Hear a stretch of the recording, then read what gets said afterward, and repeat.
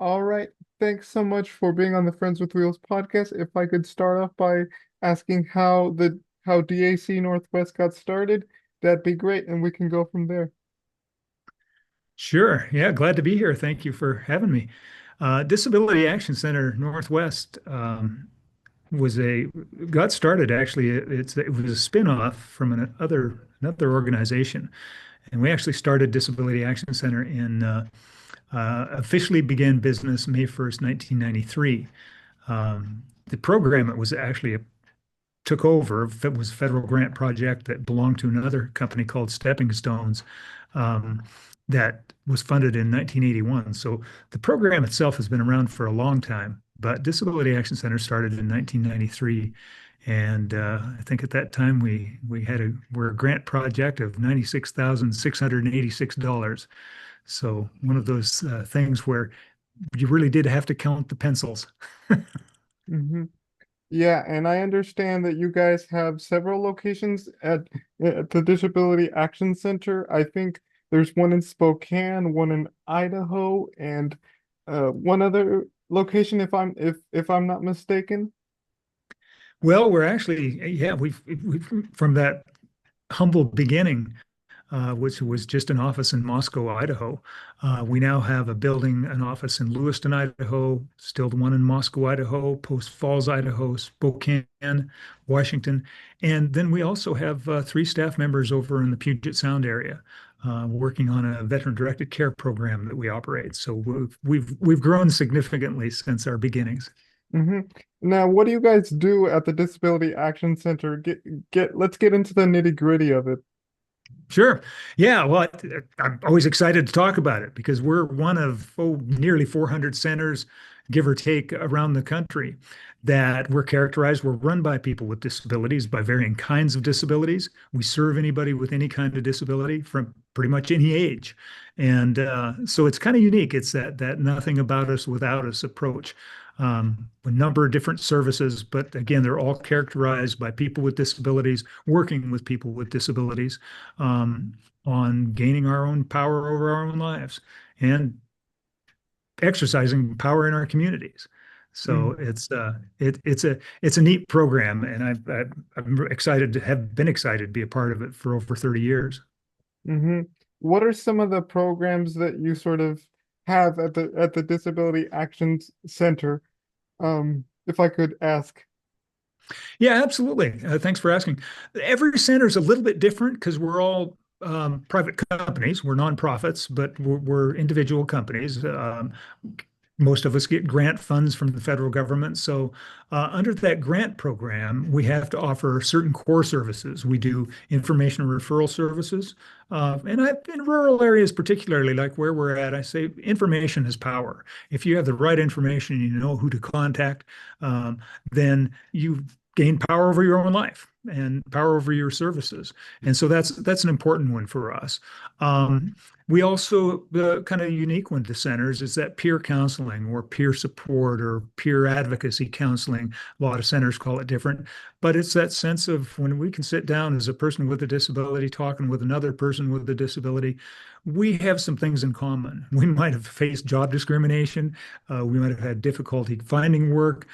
We may have faced barriers in many other ways. And so a lot of that, we have some common experiences where we can start talking about what is life when we're in control of it. Um, and then independent living skills training, and kind of a broad look at it because what is an independent living skill? It can be knowing how to self-advocate. It could be knowing how to vote. How do you research voting? So it's really broad. It could also be basic activities of daily living and so on and so forth. But our approach is always we don't want to create something that already exists that's kind of a segregated service. A big part of what we do is what's out there that people can plug into so and gain independent living skills in the community like everybody else. Um, then advocacy is one of the mainstays of centers, not just individual advocacy, but also systemic advocacy.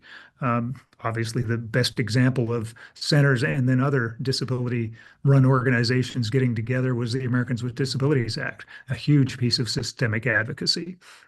So we're involved in various things like that, from the programmatic level in a local community on up to national issues that we get involved with.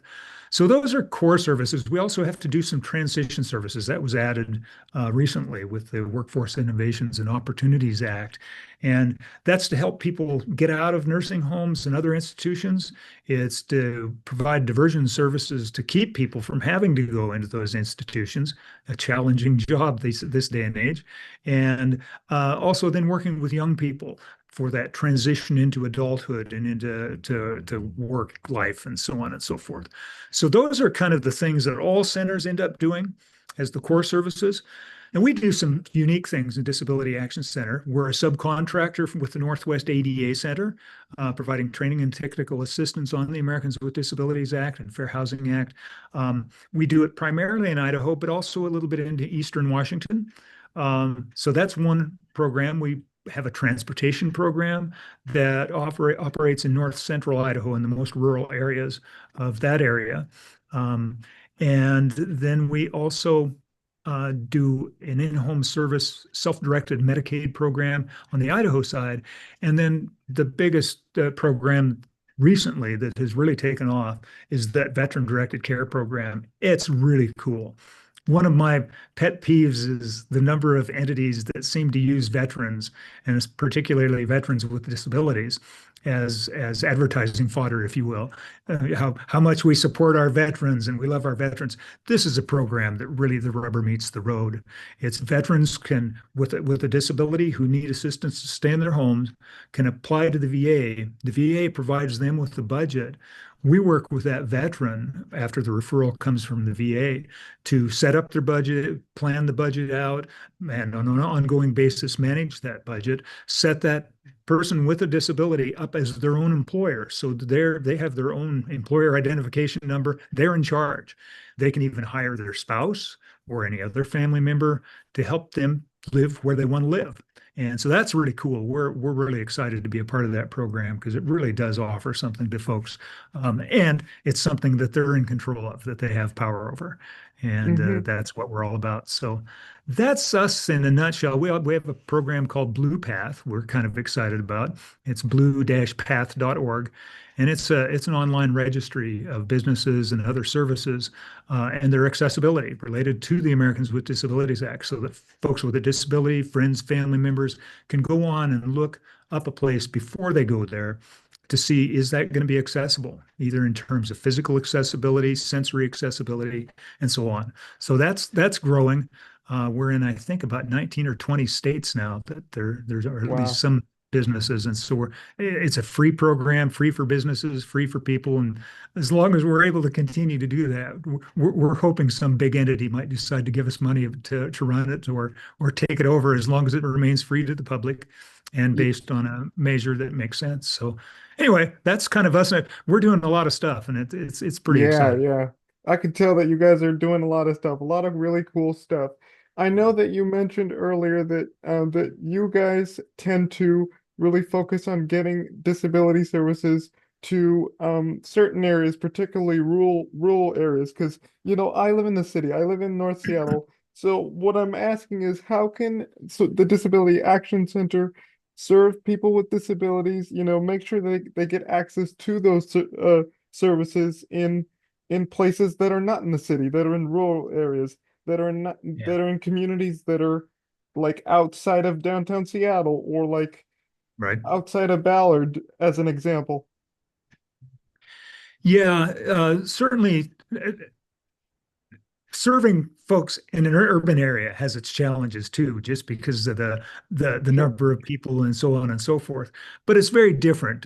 So there's challenges in both sides. In the rural communities, and in our area, there's also at the smallest measure, at least five recognized tribes, American Indian tribes, and so we really want to focus on reaching out to underserved communities such as that as well. So within that, the huge barriers are transportation, communication, access to high-speed internet is an issue. So we really work hard to try to get out um, to those areas. We kind of take a little bit of a circuit rider approach. It would be really easy for us to sit in our offices in Moscow, Lewiston, Post Falls, and Spokane and have people come to us, but that would really leave out all of those areas. We serve the Mhm. 5 northeastern Washington counties and then 3 in southeastern Washington. And so to do that, we ask our staff members to go out and meet people where they're at. Um, we do a lot of events, kind of outreach events where we'll share information at a tabling event or something, just trying to reach people where they're at. Now, the problem is a lot of times there aren't services to refer people over to. So we end up doing a lot of information, and then again, it's trying to build things. Rural public transportation is a huge barrier for folks. It just doesn't exist. So it's a challenging thing to do. A lot of what we end up doing is contact with people over the phone. Sometimes we'll connect on a Zoom call, but trying to figure out, what do you want in your life? What are the resources around you, and what are things we can tap into, outside of that area? And how can we get you maybe connected with somebody else who has some information you don't have, and so on and so forth.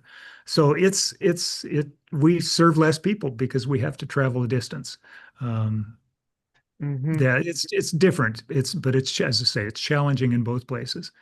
But Mhm. right Yeah. now, I think. Oh, go ahead. I'm sorry. Yeah. Yeah, given those challenges that you just mentioned, how do you sort of address those challenges to sort of address those barriers so that they have equal opportunity to those disability services? Well, what we can do is we try to do community building. So our staff will spend time, and we try to recruit local folks to get involved, to spend time on committees, any ways to try to develop services. I talked about in North Central Idaho, we've actually become the contractor, and then we subcontract out transportation services for those in the most rural parts of very rural North Central Idaho.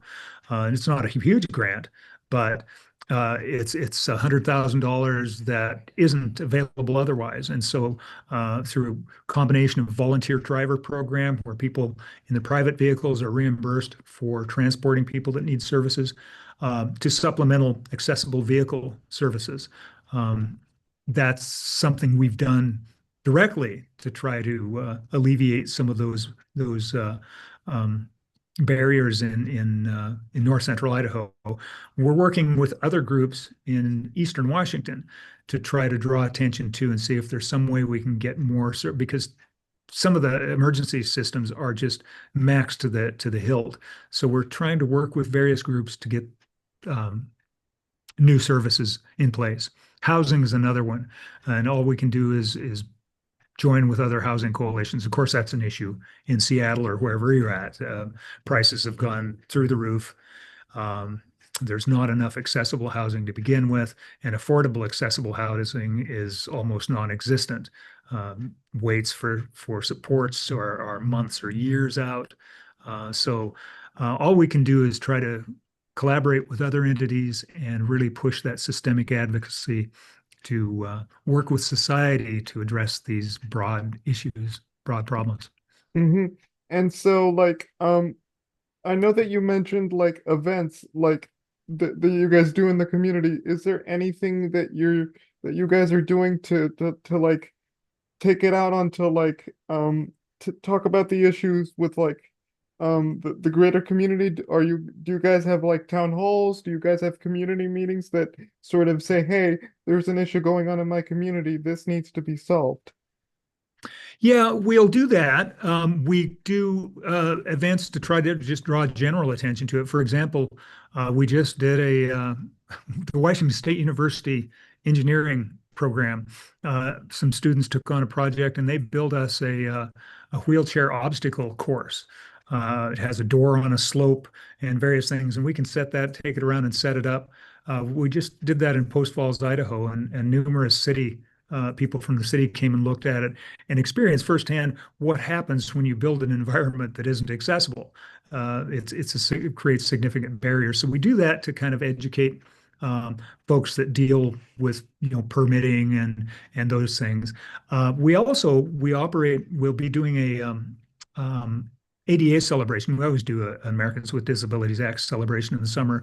Recent years, we've been doing that with the support of the Inatai Foundation of Washington in Spokane Riverfront Park. And so we do a full ADA and multicultural celebration. So we deal with we're all in this together. How do we make our communities work for everybody? So that's something we do, and we invite people in so they gain awareness about the ADA, about disability barriers, and about other barriers that affect folks regardless with those intersections of various um, um, things that might, you know, marginalize somebody. Hmm. I've heard of the Inatai Foundation. I've actually had one of their members on my podcast. So yeah, I'm very Oh, familiar awesome. with their Great work. folks. Yeah, great folks. Hmm. And so like so what is there any sort of events that people should know about that's kind of coming up? Well, the biggest one, as I say, is in Riverfront Park, the ADA celebration. That will be, oh gosh, I'd have to check. It's July 26th, I think, this year in Riverfront Park. And so that's gotten bigger and bigger. The 25th, I'm sorry. Hmm. So that's going to be coming up July 25th, and that's huge. Um, we'll look forward to that. There'll be entertainment, there'll be um, food trucks and t-shirts and all sorts of things that we'll do there. And again, it's just a huge awareness activity. The city mayor will have a proclamation in support of the ADA in the city of Spokane. And we do an award called the Tom McTeevee Award, where we recognize an entity that's involved in recreation, outdoor activities, particularly that's very empowering for folks with disabilities. Tom was a wheelchair user who loved to get outdoors and actually died in an accident, a four-wheeler accident, but doing things he loved to do. And so, with his family's blessing, we've kind of carried that out. So that's the biggest thing we've got going up.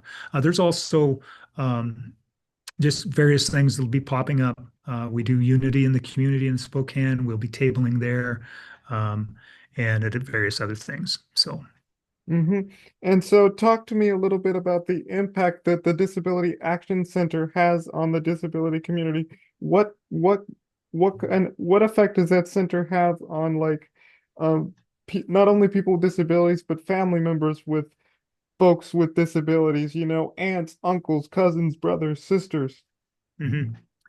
Well, I think that most important thing that centers bring is it's a new way of looking at things. We're not looking to be just a service group. We're not looking to Hmm. be for charity. We want folks with disabilities to be a part of communities like everybody else does. Communities are stronger when they have everybody. So I like to think that our message gets out, and it's kind of an eye opener for folks. It was for me the first time I went to a national conference, and I saw a guy in a power wheelchair, calling guys in suits at the head of federal agencies on the carpet for why aren't things accessible and so on. It was pretty powerful stuff. And so I think that sense that when we connect with each other, when we start to expect our communities, assume our communities should work for everybody, and we become a part of that advocacy to make that happen, then that has an impact on everybody. Where it's difficult right now is I always kind of think of the old Maslow's hierarchy. And right now, there's a lot of people that are really hurting that, basic things like food, clothing, shelter, those are in significant peril. Uh, Getting personal assistance in to help somebody in their own home, it's really hard to hire those people right now. Wages are low. It's just hard to find that. So there's a whole lot of things that are really impacting folks. So it's made it a little bit tougher to talk about those kind of self-actualization pieces. Like, how can you have power over your life? People are, well, I just want a roof and food first, thanks. You know, so that's made it difficult. But we can still be connecting with people and family members and so on and saying, well, how can you start to lend your voice to making sure those things change, that there is an opportunity to find housing, that employment, competitive integrated employment can become a reality. So that messaging, I think, is a big part, and connecting with other folks that have similar barriers. There's power in numbers. And sometimes there's just the power in those connections. And that's what we really try to push. Hmm.